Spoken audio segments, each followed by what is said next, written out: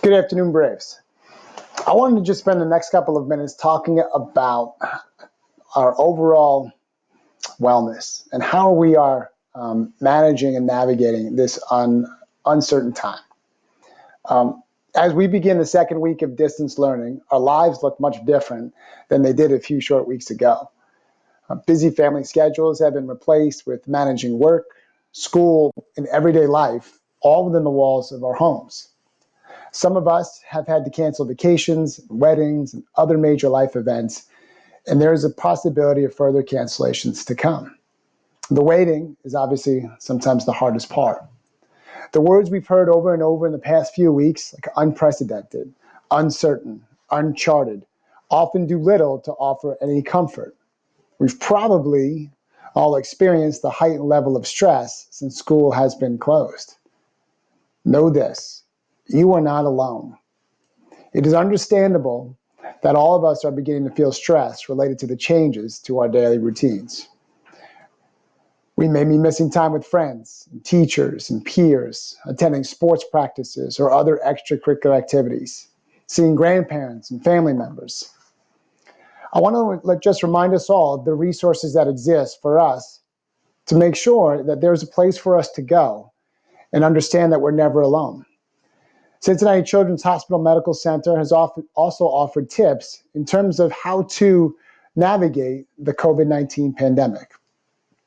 Ideas like limiting our exposure to news coverage, including social media, making sure that not only do we talk with our peers, but our own children about their feelings and letting them know it's okay to feel scared, upset, and ask questions.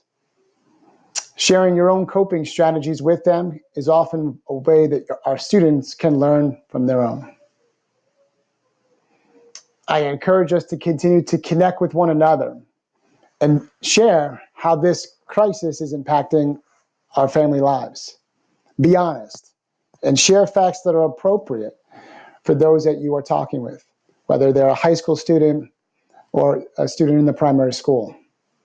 One of the more important things that we could do each day is to create and maintain regular routines, create a daily schedule, and stick to it to try to create, again, a new sense of normal as we navigate this crisis.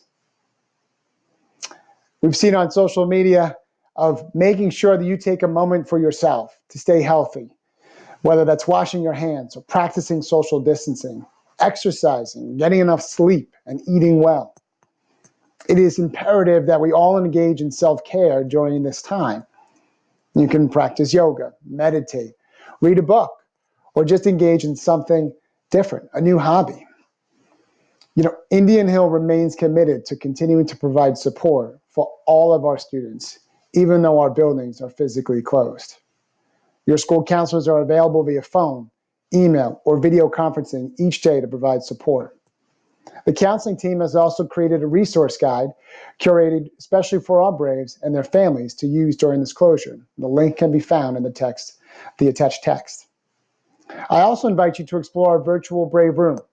Our Indian Hill Elementary School Braves will be familiar with the Brave Room located in their building.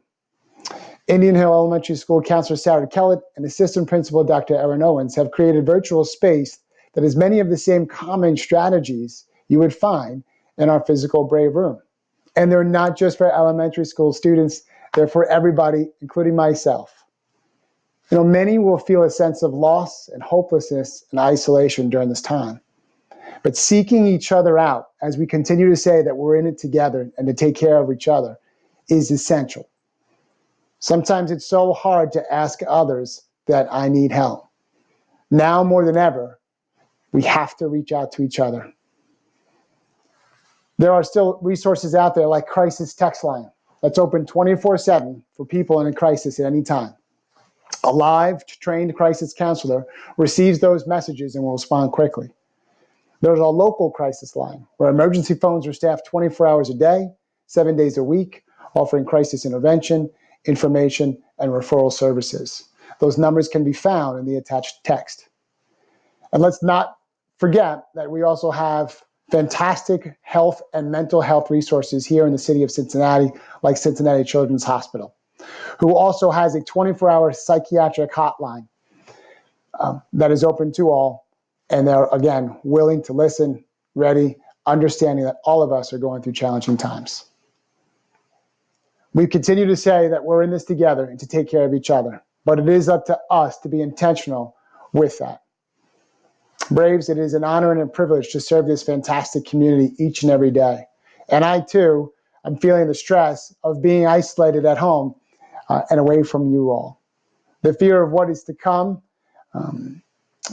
is real, and we are all in this together. Remember, you are not alone. The staff here at Indian Hill High School is available at any time throughout the course of the day via email or phone. So again, I encourage you to remind each other, to truly take care of each other, to reach out to each other, and connect in any way possible, even if that has to be remote. We love you guys. We miss you. And let's make sure that we are being brave together.